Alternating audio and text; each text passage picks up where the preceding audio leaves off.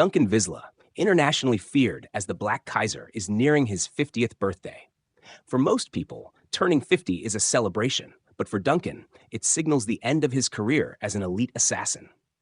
During a routine medical examination, his doctor finds that despite countless scars and metal fragments embedded throughout his body from years of combat, he remains in remarkable physical condition. The only health concern noted is his heavy smoking habit. For decades, Duncan has worked for Damocles, a private organization that employs professional assassins. The company enforces a strict retirement policy requiring every operative to leave the profession upon reaching the age of 50. In return, each retiree is promised a generous pension. Duncan is due to receive $8 million on his birthday. Before that payment arrives, however, his accountant informs him that a substantial amount of money has already been transferred elsewhere, according to unusual financial arrangements Duncan established over the years. Elsewhere, another Damocles assassin, Michael Green, is spending his final days in Chile, looking forward to retirement. He celebrates with a woman named Cindy, believing a peaceful future awaits him. His celebration is cut short when a squad of elite assassins, including Facundo, Hilda, Carl, Alexei, and Cindy herself, surrounds and executes him before he can collect his retirement payment. Their mission is simple: eliminate retired assassins so the company never has to honor its pension agreements. Not long afterward, Duncan meets Vivian, a former assassin who now coordinates missions for Damocles. She presents him with what she describes as one final assignment before retirement. According to her, the target is a dangerous Mexican criminal responsible for Michael's death. She offers Duncan $1 million to complete the job, but he leaves without committing. After returning to his secluded home in Montana, Duncan begins receiving encrypted messages through Damocles' communication system.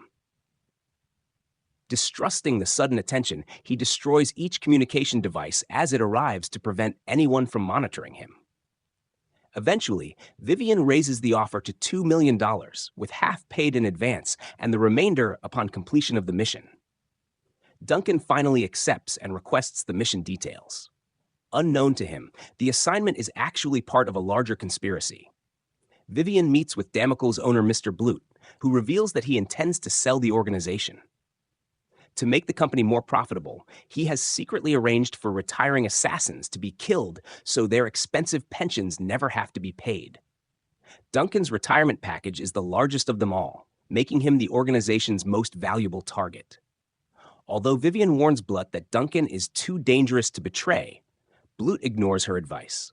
Convinced of his own superiority, he orders Duncan's elimination anyway. Determined to verify the mission himself, Duncan travels to Belarus. Disguised as a maintenance worker, he infiltrates his target's hotel by creating a distraction before launching his attack. He quickly defeats the guards and captures the man. While searching the room, Duncan discovers documents containing information about himself, proving the assignment was designed to lure him into a trap rather than avenge Michael Green. He questions the target, hoping to uncover who orchestrated the plot, but the man knows little beyond his own role. Duncan completes the mission regardless, gathers proof of the kill, and contacts Vivian. After receiving the first installment of his payment, he demands the remaining money within 24 hours and warns that anyone involved in the deception should fear the consequences. Alarmed by Duncan's response, Vivian confronts Mr. Blute once more. She insists they should pay both the remaining mission fee and Duncan's retirement pension before provoking someone as deadly as the Black Kaiser. Blute agrees only to release the remaining mission payment while refusing to authorize Duncan's pension. Instead, he dispatches his elite assassins to eliminate him. Back in Montana, Duncan attempts to enjoy a quieter life despite being haunted by memories of his violent past. During this period, he befriends his shy and emotionally fragile neighbor, Camille. Sensing the trauma she carries, Duncan tries to help her regain confidence by purchasing a handgun and teaching her how to use it. However, Camille is unable to pull the trigger, revealing that her fear runs much deeper than simple inexperience. As Duncan slowly forms a bond with Camille, the assassins searching for him capture his accountant. Under pressure, the accountant reveals the locations of several properties Duncan owns, but admits he has no idea where Duncan currently resides. After obtaining everything they can, the assassins kill him. They investigate each property only to discover Duncan is absent, and they murder innocent occupants out of frustration. Eventually, financial records reveal repeated payments Duncan has been making through a Montana bank, giving the assassins a trail that leads directly to him. The team finally locates Duncan while he is shopping for a present for Camille. Cindy approaches him pretending her vehicle has broken down and persuades him to help. Before long, she is inside Duncan's home, attempting to distract him while the rest of the team prepares an ambush outside. Duncan senses something is wrong. As Facundo opens fire from a distance, Duncan moves at the last possible moment, causing Cindy to be struck instead. The assault erupts into a brutal firefight, but Duncan systematically eliminates the attackers, proving that retirement has not diminished his lethal abilities. After surviving the attack, Duncan searches for clues about who ordered the assassination attempt.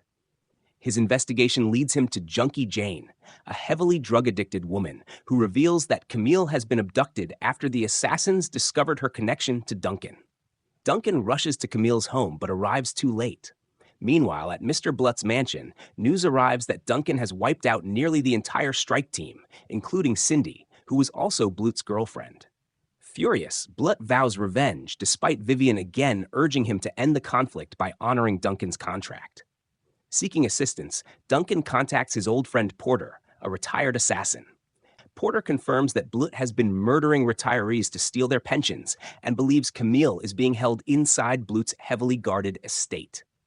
Duncan does not realize that Porter has already betrayed him. Secretly working with Blutt, Porter drugs Duncan and delivers him to the organization in exchange for payment.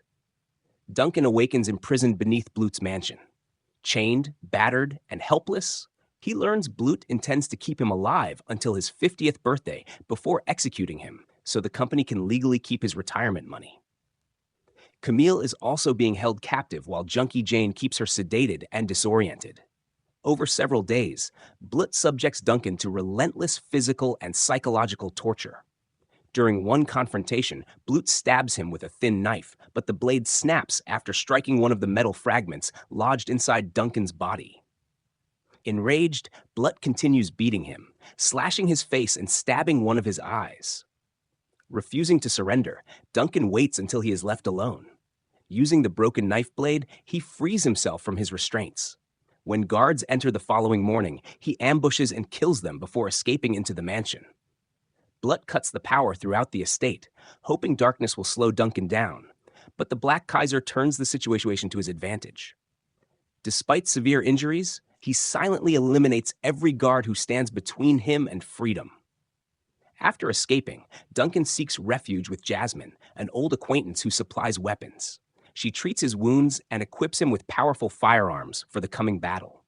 Once recovered, Duncan contacts Vivian with an offer. He will surrender himself if Camille is released. Vivian agrees while secretly planning another betrayal alongside Blutt. Preparing carefully, Duncan hides a laser-guided heavy machine gun inside an abandoned warehouse.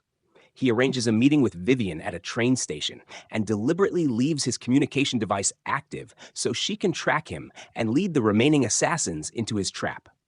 Vivian arrives accompanied by Alexei and several armed men.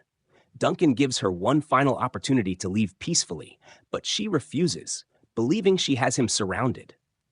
As the attackers prepare to fire, Duncan activates the concealed machine gun, which automatically targets and annihilates nearly everyone present. Vivian survives the massacre but is seriously wounded. Duncan spares her life and continues toward the only person he truly intends to confront, Mr. Blutt. Watching the destruction unfold through security cameras, Blutt realizes Duncan is coming for him.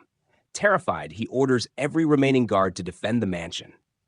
Yet when Duncan arrives, the guards lose their nerve and abandon their posts rather than face him. Blutt desperately attempts to flee and orders Camille brought to him, but Duncan reaches him first.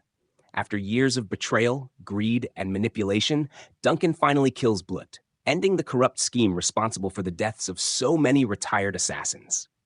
With Blutt dead, Duncan rescues Camille and returns with her to Montana, hoping they can both begin rebuilding their lives.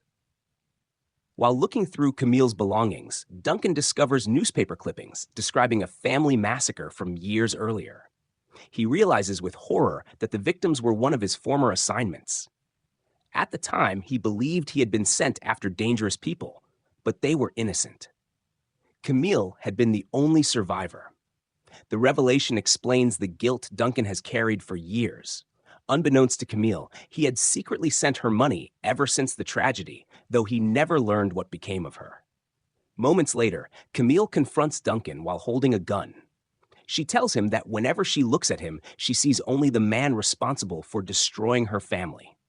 The pain has defined her life ever since that terrible night. Duncan offers no excuses. He admits the blame is his and tells her he understands if she wants revenge. He says that if taking his life will finally bring her peace, she should pull the trigger. Fighting through tears, Camille raises the gun and fires. The shot does not kill Duncan. In the end, Camille decides not to take his life. Instead, she asks him to help uncover the identity of the person who originally ordered the murder of her family and expose the truth behind the conspiracy. Duncan accepts.